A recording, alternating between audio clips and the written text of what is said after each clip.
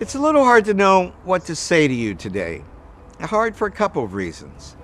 Our country's going through what we might think of as a nervous breakdown, both in its healthcare system and in its economy. Uncertainty abounds around every corner. Uncertainty on how to stay healthy, how to get or keep a job, and whether we'll be able to hold on to that job and provide for our families. And even in this time of uncertainty, and though we haven't met, I still know several things about you. The first thing I know is that if you're anything like me, you'll not remember one word anyone says at this graduation ceremony today. The other thing I know about you is that every single one of you is a winner.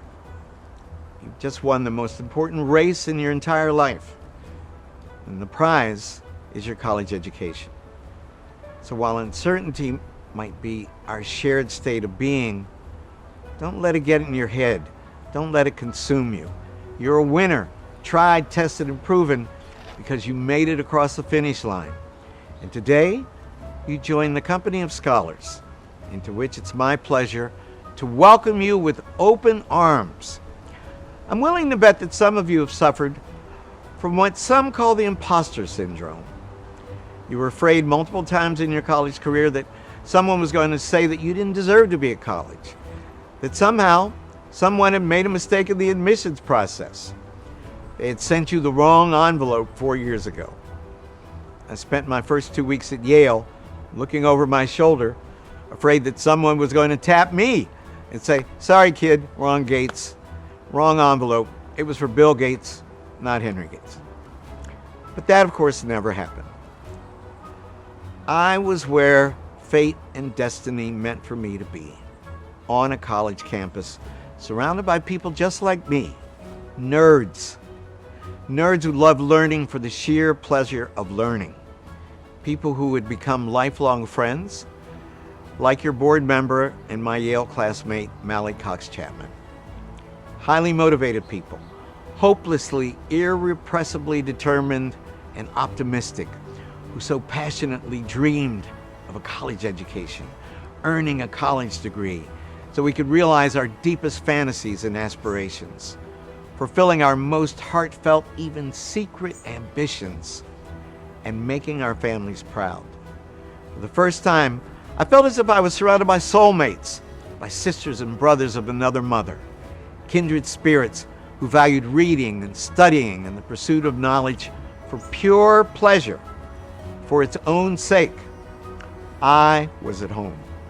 I'd paid my dues, I'd worked hard, I'd fought the good fight, and now my job was to do the work, navigate through the obstacle course that's the college curriculum, and cross the finish line.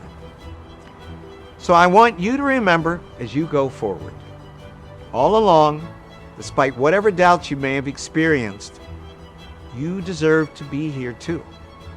You deserve to celebrate and congratulate yourselves for all that the degree you are about to receive symbolizes about the victory you've won in the race you've been running these last few years. The victory that your parents dreamed for you from the very day you were born. You earned this day. You deserve this day. You are worthy. I don't need to tell you what you already know, but you need to pay it forward. You know you need to help a younger sibling do what you've done. You need to help your community using your very own specific skill set, your interests, your talents, your God-given gifts. So I'm only going to give you one small piece of advice, and maybe that's what you'll remember. Be kindly. Be kindly to your family. Be kindly to your boss.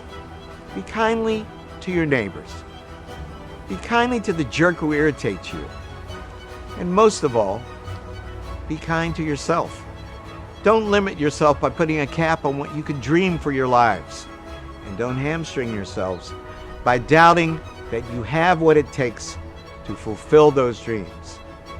After all, you've already proven that you can do this. You dreamed about college, you studied, you worked hard, you kept on moving forward toward your goal, despite all the obstacles and despite the odds, and you made it across the finish line. This is just the beginning for you. More victories will come your way. So when you're tired, when you're frightened, when you most doubt yourself, just remember that everyone around you, no matter how cool they may appear to be, is experiencing exactly the same emotions. And they're no smarter or better prepared or talented than you are. So be kind to yourself. Be good to yourself. Love yourself, just as you love learning, just as you love your family, and just as you love this marvelously crazy world in which we find ourselves. Our world needs kindness. Our world needs self-love. And most of all, our world needs you.